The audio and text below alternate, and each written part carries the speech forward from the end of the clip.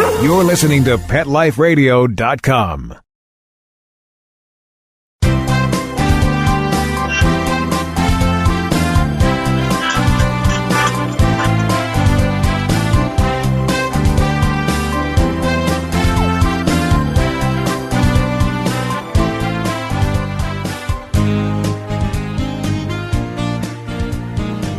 Everybody, and good afternoon. This is your host on Let's Talk Pets with Dr. Jeff, and I am Dr. Jeff Werber here on this lovely Thursday, well, at least lovely here in Southern California at 1 o'clock in the afternoon, and for those of you back east, it's 4 o'clock. And we're here to talk about your pets. And I've been last week. You may have. I hope you noticed, because anyone who noticed that last week was a repeat tells me that you are listening to our show. And first we had a week that I was gone, and then we had a week that our producer was gone, and now we're back. We're back live, and one of the few live shows here on Pet Life Radio where you can actually call in and talk to us. And what's better than that, to be able to call in? All you have to do is dial 877-385-8882. You can also send me a little text to Dr. Jeff at PetLifeRadio.com. You can also just right here online, just start typing in a little note, and we can see you and start talking. So anyway, I guess we had a chance to talk about my amazing trip where I got to speak in London. I got to speak in Barcelona at the Southern European Veterinary Conference, in London at the London Vet Forum, and just saw amazing stuff that part of the world, especially a lot of museums. I mean, it's amazing. I often joke I saw more museums in like 4 to 5 days than I have in my entire life. But it was a lot of fun, and it's great. And it's also, we talked about how funny it is, how different people are when it comes to their pets and how they treat their pets. And I guess that we're pretty lucky that people like to socialize about our pets here in the States. And they don't really like to talk about their pets as much as strangers on the street. When you have a stranger like I am who loves to sit and talk about pets, it was a little uncomfortable. I think they looked at me like I was nuts or something. So I hope you all had a pretty safe Halloween. I hope that any chocolate eaten was not by the dogs, but by the owners. Any leftover you can send my way. I am the consummate chocoholic. And it's funny with Halloween and with other holidays coming, I know there's going to be a lot of goodies. There's going to be a lot of candy. It's not just the chocolate. It's the wrappers, because it's pretty hard. Dogs are not that great at unwrapping chocolates, unwrapping candy. So they'll say, the heck with it, I'm just eating the whole thing. And when they do, that also can, as we say, therein lies the problem. I just been writing some blogs as well, and we have a lot of people want to know about the holiday hazards, as we call them, the food hazards. As I said, it's not just the chocolate. Come Thanksgiving, we got, a mere 3 weeks away from today. See, today's the 7th. That's right. On the 28th is Thanksgiving. And, a lot of us have our pets, especially our dogs, that love to park themselves right at your feet by the table. And they already know, hopefully, that you are not a great target. So they're not going to waste their time with you so much, unless, of course, you don't follow the house rules and you feed your dogs from the table. Hopefully you don't do that. But what they do is they're smart, and they know who's usually not there. Who can we pick on? Who can we give those sad eyes to? And maybe, just maybe, they'll break down and give me a little something. Well, the problem is a lot of those little somethings on a Thanksgiving table are really not that good for our pets. The biggest problem would be they're too fatty. And when dogs eat fatty foods, and turkey, by the way, especially dark meat turkey, is a lot more fatty than chicken. And it's certainly more fatty than chicken breast, which is what, when we feed our dogs chicken, we like to make sure it's white meat chicken breast. Ham is very fatty. Most of the fixings are cooked with a lot of seasonings and oils, and they're grease and some fried foods. You name it, probably not the best. And especially this year, as many of you know, that the holiday of Hanukkah actually falls right smack at the same time as Thanksgiving, very early this year. And, one of those favorite Hanukkah foods is going to be the potato pancake, and that's fried. So all these things, when dogs get a hold of them, and trust me, they will, because they really like them, they can lead to something called pancreatitis. Pancreatitis is an inflamed pancreas, and it happens typically when dogs get a hold of food that is too fatty. And when they eat these fatty foods, that's why things like avocado and certain nuts, greases, fats, bacon, things like that can cause a pancreatitis. Dogs that get into garbages, these are things that will cause this inflamed pancreas. And the typical symptoms that we would see in our dogs start off with dogs that start vomiting. They're vomiting. They are, as we say, ADR, ain't doing right. They don't really, they lose their energy. Their abdomens, if you went to touch them on their belly, very, very tense. Even the sweetest dog in the world might even try to snap at you if you palpate their abdomen, certainly become anorexic, and potentially a life-threatening disease, obviously in its worst case. But nonetheless, dogs with pancreatitis really need to be treated. They need to be treated quickly. And it's not something, talk about ruining your holiday. Let your dog or get pancreatitis during your holiday, and it will definitely ruin your holiday. Not to mention that, probably after you get all these nice gifts for the holidays, or you're giving gifts for the holidays, you're not going to have a whole lot of money left to take your dog to the vet and treat for pancreatitis, which, by the way, can be very costly, number of days in the hospital on IV fluids. So obviously, the best thing, as we say in general, the best treatment is prevention. So know that these things are just not good. If you want to have your dog participate in the festivities, make sure they have their own food. If you really want them there, you can feed them, kind of at the table in their own bowls, their own food. Don't let them beg. Tell your house guests to, I know Bowser's going to come over to you. He's going to put his head on your lap. He's going to probably salivate a little bit. So I hope you're not wearing your best pants. But don't give in to those sad puppy dog eyes, because you're trying to obviously protect his health. And once again, as I say it all the time, I say it to my clients, any leftover candy, just bring it to me. I'll be happy to take the candy off your hands. So other things as you're preparing, and we'll talk more about this as we get closer to Christmas. Oh boy, that is a whole slew of new problems we have come the holidays. As a matter of fact, I'm supposed to be doing a segment, actually the week before Thanksgiving. I'm going to be actually in New York, in the East Coast, and for many of you in your neck of the woods. And I'll be doing a segment on Fox and Friends on Sunday before Thanksgiving, and then on Monday a show called The Better Show. And again, next week or the week after, I'll try to get you more information. But that will be, again, initially when they booked the segment with me, they wanted to talk about one of my topics dear to me, and that's the reconstructive surgery for pets, to do things for pets to sort of ease their lives, make them happier and more comfortable as they live with us. And of course, being so close to the holidays, they want to talk about the holidays. They want to talk about holiday hazards, all the things that we can anticipate, look forward to, and what we can do to prevent them. So as we get closer, you and I will have a chance to talk about that as well. So I guess it's not that cold, but actually it is. I know I've already heard that I was talking to a friend of mine from Canada, and they already have snow on the ground in many places. As a matter of fact, they said it's 50-50 that usually by Thanksgiving they already have snow, which boggles my mind coming from California, where the only snow we get is up in the mountains, and it's not this early. As a matter of fact, I remember last year, I don't think we had the big first snowfall up in the Sierras until like probably mid-December. So to think that late October, early November, there's already snow. Minnesota also, I understand, already has some snow. So it does happen. So make sure that you are, all the things that you do to, as I like to call, winterize your pets are in place. We spend so much time talking about safety of pets during the hot summer months, when to exercise, dogs in parked cars, protecting the feet. No, don't forget, there are a lot of things that we have to worry about as well when it comes to wintertime. For one thing, for dogs that are left outside, dogs that have that good thick coat, I mean, they usually can withstand some of the cold, but sometimes water that you leave out for them might freeze faster than they will. So again, you have to be very careful. Of course, I prefer having the dogs a really nice, warm place to get away, like a dog house or a garage or a doggy door leading into a laundry room or a mud room, someplace where they can actually get some protection from the freezing cold. And for those little dogs, don't be embarrassed to put those cute little sweaters on them. I know people are going to laugh. That's their problem. The issue is that the smaller the dog, the larger the surface area per pound of body weight. That means the more likely they are to lose their heat to the cold outside temperatures. So these dogs actually can freeze. So for those of you that are walking around the cities and you see these little cute Chihuahuas and the Pomeranians and the Maltese, et cetera, the Yorkies wearing their little sweaters, do not laugh at them.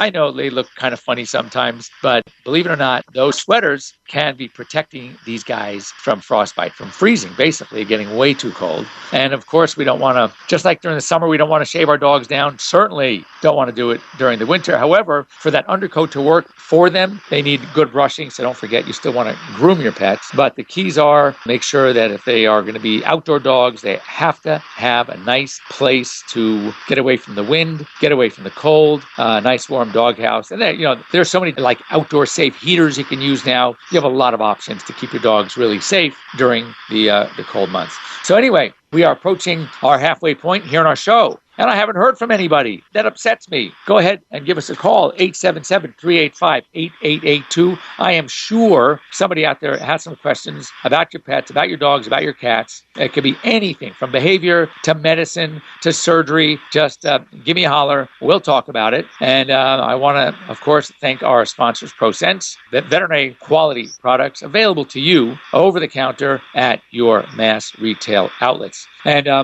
want to thank you for being here. It's nice to be back after the break for the last week. And we will be back in just a minute here at Pet Life Radio, Ask the Vets with Dr. Jeff. Once again, I'm your host, Dr. Jeff Werber, and we'll be back in just a few minutes. We'll be right back, right after these messages. Stay tuned. Dyson. The new Dyson Animal Vacs are powerful bagless upright vacuums for homes with pets. Air muscle and radio root cyclone technology generates the strongest suction power to powerfully remove dust, dirt, and pet hair from the home or car. To order your Dyson Animal Vac, go to DysonDeals.com. DysonDeals.com to order your Dyson Animal Vac today. Dyson. Music to your ears. I'm not much of a reader, but I do wish I were more well-read. There are so many great books coming out. I wish I could find a way to keep up. Audible.com makes it easy to stay well-informed and catch up on your reading simply by listening. Audiobooks from Audible turn downtime into uptime. You'll be more productive and become well-read. Now I'm able to catch up on all the great books I've been wanting to read. With Audible, I feel smarter.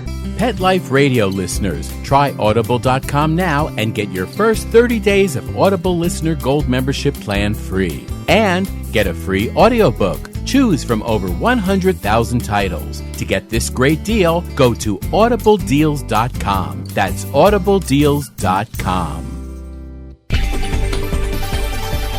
This year, Americans are expected to spend a jaw-dropping $36 billion on their pets. From lighted leashes to high-end spa products, the discriminating pet owner can find just about anything to pamper his or her pet.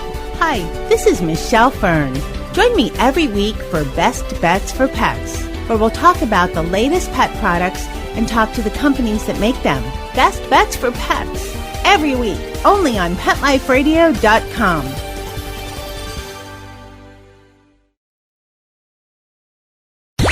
Let's talk pets. Let's talk pets On Pet Life Radio. Pet Life Radio. PetLifeRadio.com.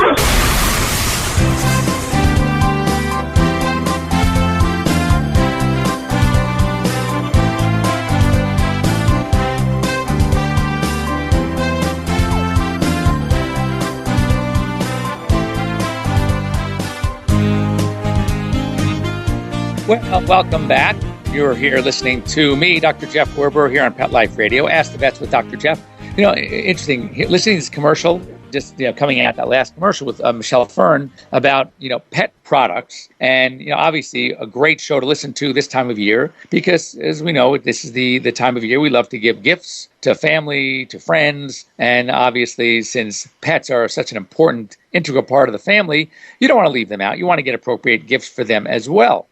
And so I think that's a great thing to do is listen in and find out what really is hot and what's not and what is unique and what would be a great gift for pets. But I want to talk about one thing. I got actually an email from Eleanor in Florida, and she had a question about what's the right thing to do when you think you want to give a pet as a gift. And, that always opens up some concern with me because on the one hand, not everybody is going to love pets as much as those of us who are crazy about them do. And also, I have always had some reservations about giving a pet to a family or to someone as a gift, even if you think they want one, because there are so many variables. There are so many things that can go wrong. And, the first one is that the unsuspecting recipient was not really prepared for the pet, even though they may have talked about it, even though they said, oh my God, in passing, you're having a conversation with them, they go, oh God, I'd love to have a dog. Or, oh my God, this cat is so cute. I really should have a cat. Trust me, this does not mean you go out and buy them a dog or a cat. Because, as I say, one of my favorite expressions, talk is cheap. You can say anything you want. The question is, the reality is, do they really want it? Are they ready for it? Are they prepared? Is their schedule really the right schedule to have a pet? Do they have the right place? Does the apartment, does the condo allow pets? I mean, there are so many things you have to be concerned about and that you have to think about when you are even considering giving someone a pet as a gift. My recommendation, of course, at the surface is don't do it. Now, if you were to do it, think about it. If you were, you really have to plan. First of all, you have to make sure that the person to whom the pet is coming is somewhat aware and anticipating that they are going to get a pet. Secondly, you want to make sure it is the right pet they're expecting. For example, if you have a person who you're thinking of giving a cat to as a gift, you want to make sure that person doesn't have allergies to cats, or else that person will not be your friend for very long. If it's family, they'll always be your family, but they're not going to like you very much. So where do they live? Does the place allow pets? Do they want a big pet? Do they want a small pet? Do they want a pet that's very active? Do they know that this is a responsibility? They have to get up at 5:36 in the morning and take the pet outside for a walk. Are they ready to do the house training? These are the things you have to really sit down with somebody. And the worst thing you can do if you want to get that pet as a gift is to do so as a surprise. Because trust me, it's going to be one heck of a surprise and not necessarily a good one. In fact, chances are more than not that it's not going to be a good surprise. So it's one of those things that I would highly recommend against unless you are working, say, with another family member, like a spouse, and she or he is totally into it, knows it's coming, knows their husband or their wife wants it, and they can help you through all of the other details as to the type of pet, the size of the pet, the activity of the pet, how old they want to adopt, they want a brand new puppy or kitten, whatever the case may be. That's about the only way I would do it. It's one thing when a parent gives that cute little puppy as a gift to his or her child, because let's face it, we all know that any parent who's ever gotten a pet for one of their children, we know who's going to really take care of the pet, especially when the kids are young. So that's okay. Then it's doable. Then it's a great thing. Of course, that Christmas, Hanukkah morning, you get the box, you get the cage, the kid comes down, sees a little puppy. Oh, that's heaven. But, who are you kidding? You're going to take care of it. You're going to be taking care of it all by yourself, chances are. And, at first the kid's going to love it. And then pretty soon they're going to, it's going to become sort of the norm around the house. The excitement is going to wear off. And then you just got yourself another child, this one 4 legs. So I would be very, very, very concerned and careful when thinking about it. But as far as gifts, tune in. I think Pet Life Radio, listen to Michelle Fern's show, and that's a great way to come up with some really great gift ideas to make anybody very happy when it comes to getting gifts for existing pets. One thing I've noticed, and we're going to diverge here for a second from pets because I'd be really curious to know, and I'd love to hear from you guys on this one, 877-385-8882. Is it just me, or do you also find that late afternoon traffic is insane now that we've changed the clocks, and by 5 o'clock, all right, it's already dark? I have to tell you, we always used to joke here in California, because we don't get a lot of bad weather, we don't get a lot of rain, that when it rains, oh my God, everybody turns into, a 95-year-old person behind the wheel. They don't want to go, more than 15 miles an hour. They don't see very well. They don't do, it's like everybody comes to almost a dead stop. Everyone's riding with their brake lights on. It's crazy. Here, I notice, and my hospital is on a fairly major boulevard here in West LA called Venice Boulevard. And I have to tell you that my clients who are coming to pick up their pets that have been with me for the day and picking up their pets late afternoon, it's taken them an extra 20 minutes to a half hour because nobody wants to move. It's as if these people have never seen dark before. And I'm just curious, is this kind of like an LA thing because we are so spoiled? Or to many of you in other cities, of course, might be a little different in the suburban areas or more, rural areas, but certainly in the cities, does everybody seem like traffic is so much worse Now that everybody's getting off work, it's getting darker much earlier, and people are just afraid to drive in the dark. It's driving me crazy, and it's driving my clients crazy because I feel badly that, you want someone to leave their work early so they can get here to pick up their pets before it gets insanely crazy on the road. So, give me a call, 877-385-8882, because I want to know if those of you, others, have also noticed that insanity. And also, one thing that we want to talk about, I would like to hear as we are approaching the holidays. I know a lot of you like to go away for the holidays. What do you do with your pets? Are you going to have a house sitter come in and stay at your house? Are you going to take them someplace to a private place, a private home, where they can stay with a pet sitter? Are you going to take them to a boarding facility? What kind of boarding facility? Are you going to leave them at your vet's? So usually when it comes to the big weekends, we are overcrowded with boarders. But I've noticed is because I think of the increased popularity of these really cool boarding facilities, what we call cage-free boarding facilities, where there are no cages. They're not staying in cages. Maybe at night they're staying in a run, but during the day they're in a big center area and they're playing. And they're doing obstacle courses. You can log on and you can see your dog or a cat in the facility on a webcam. I mean, it's amazing. It's also more expensive than the Ritz, but it's pretty amazing. There are a couple of places here in LA. For those of you in smaller towns, you're gonna fall off your chairs when I tell you this, but you can spend easily $85 a day. Even some places, if you want, there are a couple of places here that have these themed boarding quarters. So you can have the French chateau. You can have the English manor castle. I'm talking with flat screen TV in them and piped in music. Like the dog really can tell the difference. I mean, it's certainly just appealing to the owner, but how insane is that? $100 a day for your pet? I mean, you can spend in a pretty decent, hotel for $100 a day. Anyway, it's funny, and those are becoming more and more popular. And I guess it's kind of great for those of us that still do good old-fashioned boarding, where they stay in a run and they get walked 3-4 times a day. They have a little play area. You take them out to play, and you're charging $45 or $36 or $38. Oh my God, what a bargain! But I want to know, how many of you, what would you spend? How much would you spend for your pet to board while you're away in Hawaii or in Mexico or in Miami for the holiday or in the Caribbean? And so you're off having a grand old time in the beautiful weather. What would you pay to have your pets taken care of in luxury at one of these facilities, one of these doggy daycare facilities? I want to hear from you, because next week I want you to send me an email to Dr. Jeff, drjeff at PetLifeRadio.com, or to my personal email, which is drjeff, drjeff at drjeff.com, or call us next week, 877-385-8882. Let's talk about the craziest amount of money, the type of place you've ever taken your dog or your cat to spend for a boarding holiday. What do they offer? How crazy were you in that, what you paid? I'd be really curious. I think others would want it, because that way, if others know what you've done, how crazy you are, then they won't feel so badly when they do something equally as crazy. So anyway, time to get ready to say goodbye. So I'm expecting, I want a lot of responses. We're going to talk about this. I think it's a really fun subject. And I just want to hear what are some of the other amenities that are out there at some of these places across the country, because I know these places are popping up all over the place, and I think it would be very interesting for all of us to know what's out there, what we can do. So anyway, I want to thank you for joining me here on Ask the Vets with Dr. Jeff.